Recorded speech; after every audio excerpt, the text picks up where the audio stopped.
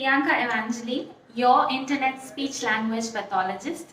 Today, I'm telling you an important speech therapy technique that I use when I play with kids in order to get better engagement from them and also to increase their interest in the activity.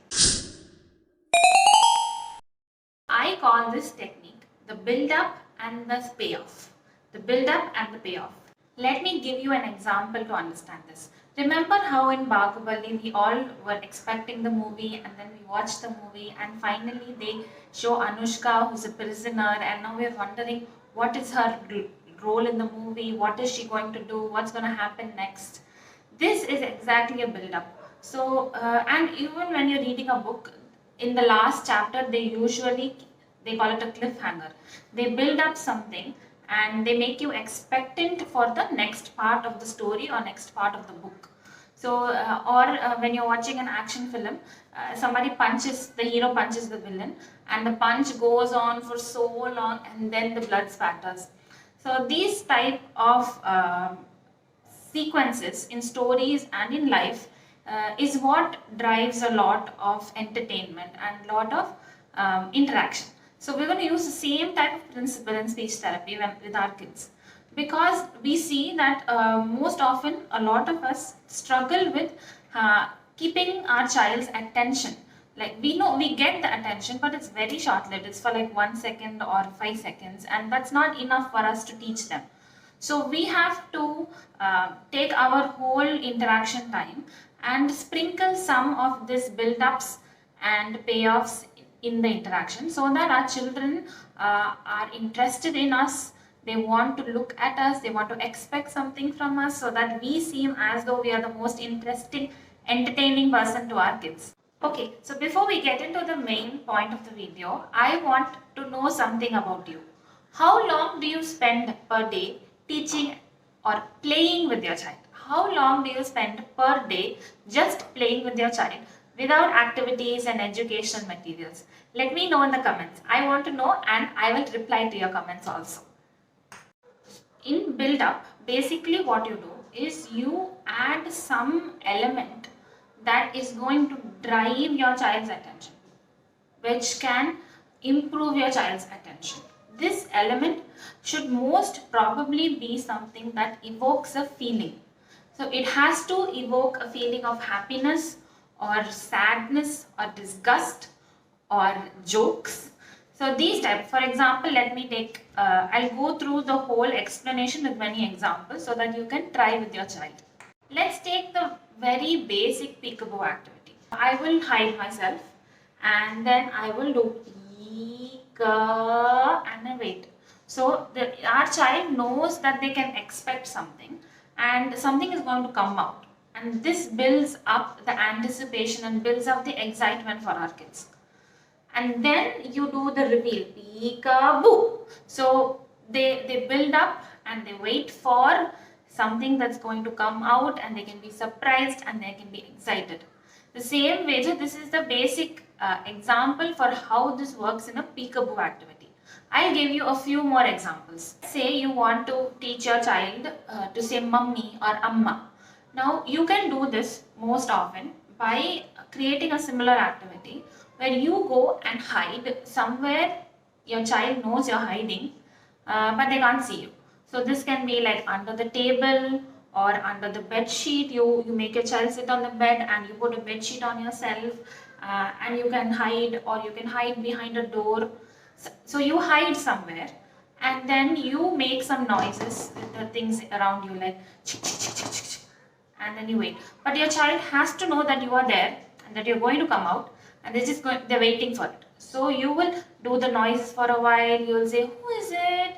Who is it? Or you might even make some noises like meow, meow, to build that excitement of I'm going to be, I'm there, I'm going to come out.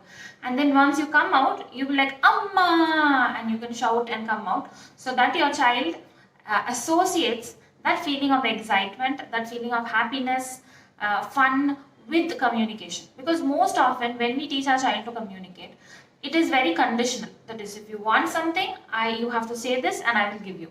But this kind of communication does not last long. It will make your child to speak some words and some sentences, but ultimately communication is something anybody does for themselves, and they have to realize the joy of communicating for themselves. So if you associate communicating with a lot of fun activities, your child will be more interested in talking. Now I have explained the build-up part of this technique. Now you have to remember that the payoff or the reward for this, the build-up or the setup, has to also be interesting to the child. So most often this a surprise always works with kids. It can also be an element of disgust. Now how can you do this? I would do this in therapy, like I would take some vegetables and we'll be playing. You might have that cutting vegetable set that you're playing with your child. And suddenly what you can do, you can take a vegetable and you can put it in your mouth and do mum, mum, mum, mum, ew, or mum, mum, mum, mum, yuck, and you can just throw it away suddenly. So here again, you are building the building the build up, yes, with mum, mum, mum, mum, mum, and then you wait and you suddenly give a reward of saying yuck and throw it far away. Most children like this because it is evoking a emotion, and it is also fun for our children. Now I'll give you another example of doing the build up and the payoff for an older child. Let's say we're taking the concept of tense, past tense in verbs, and we're trying to teach, let's say I'm trying to teach the word fell, fall, fell. Now what I would do is I would run fast in the room. I'll act like I'm running fast, and then I will purposely slip and fall down. So, and then I'm like, fell down, hurts, like that. So, so our child likes to run, and they think that they see us as people who are always sitting down. But now we're doing something different. We're running inside the therapy session, therapy room. So they will see it as something interesting and fun. And when you build up by running, and fall down and show hurt or any other emotion again, then they are more interested in that, and like fell down, you can do. Another way you can do is when your child is playing or is engaged in some activity, you can go and purposely lie down on their lap or lie down next to them and act like you're sleeping. And when they push you or when they touch your face, you'll be like, I woke up, like that. Oh, who is it? I'm sleepy, like that. So you have to build up the activity, and you have to give a reward for their behavior. The same build up and payoff activity can work for older children also. Let's say you want to teach your child to make 2 sentences or to express in 2 sentences. Then what you can do, you will have a lot of materials and stuff. But when you talk about it, you can be like, Auntie is making the juice, Mixie goes, and then tada, juice is ready.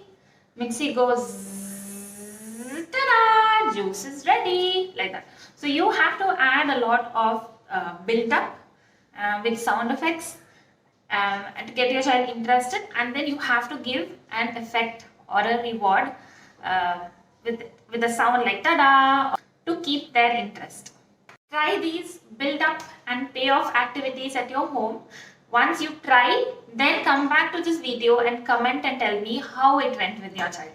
Okay, I'll see you in the next video. Bye. Don't forget to share this video with somebody who will find it useful.